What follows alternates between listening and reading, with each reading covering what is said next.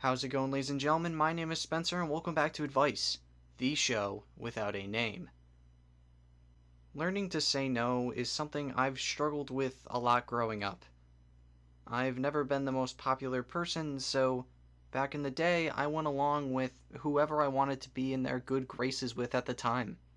And since I've grown out of that middle school, high school mentality, I've found that by saying no and setting boundaries, you're showing yourself that, hey, I'm doing what's best for me. Something we seem to never do is communicate with each other. Why have a real conversation when you expect the other person to do everything you want to do? Saying no and setting boundaries can actually improve their relationship. Some people are controlling like that, and if you express that and they express that back, you may have dodged a bullet there. When you make it clear what you're willing and not willing to do, it helps others understand and respect your limits. I think that just by being upfront about it, you're able to work on finding a balance.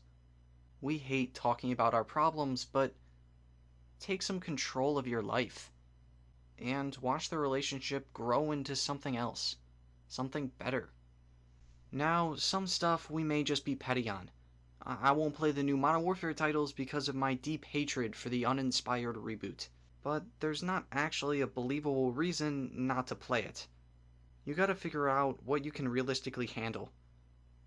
What do you need to prioritize in your life? Once you have a good understanding of your limits, it's easier to determine what you can say yes and what you can say no to. Knowing your limits is crucial in order to keep that healthy balance in your life.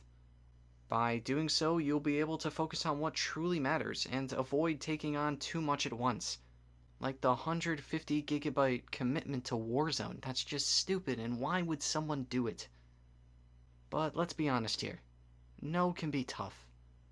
It's normal to feel guilty for disappointing others or worrying about the consequences we may face. But let's remember, you're doing what's best for you.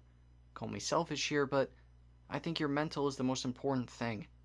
When those feelings of guilt or fear creep in, just remind yourself that you're taking care of yourself.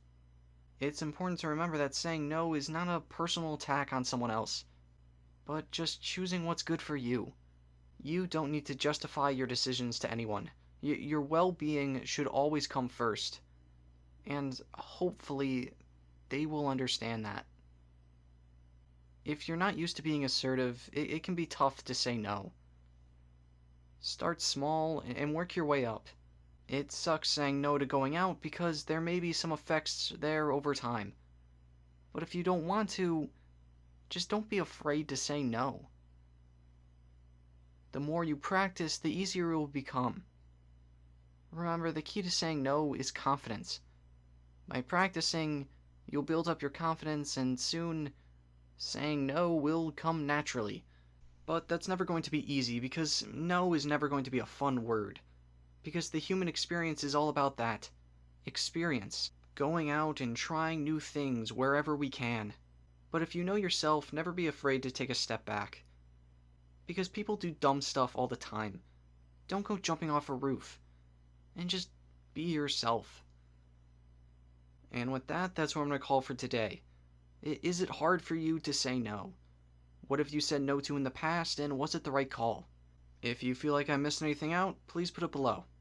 And if you want your questions answered, please email me at koboltexadvice@gmail.com for a nameless read. Thank you so much for watching, and I'll see you next time.